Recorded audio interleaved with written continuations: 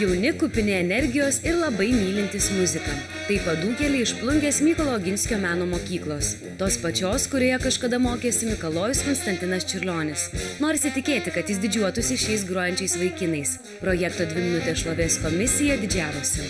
Man atrodo, kad jūs pataikėte į 10-tuką ir didelis ačiū jūsų vadovui už tai, kad jūs taip grojate. Tai, kai jūs sugrojate, yra baisiai graži muzikikė. Tai buvo nuostabu. Vyrai, jūsų ateitis yra ant podiumo. Aš buvau nustebintas, kad jūs tikrai gerai grojat.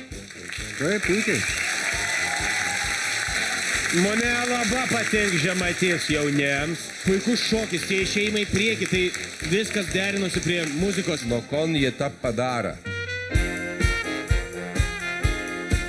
Šiems vaikinams mūsų scenoje ėjosi kaip iš pypkės ir jie gana lengvai pasiekė finalą. Muzikalieji žemaičiai tikisi, kad jiems pavyks ir šiandien.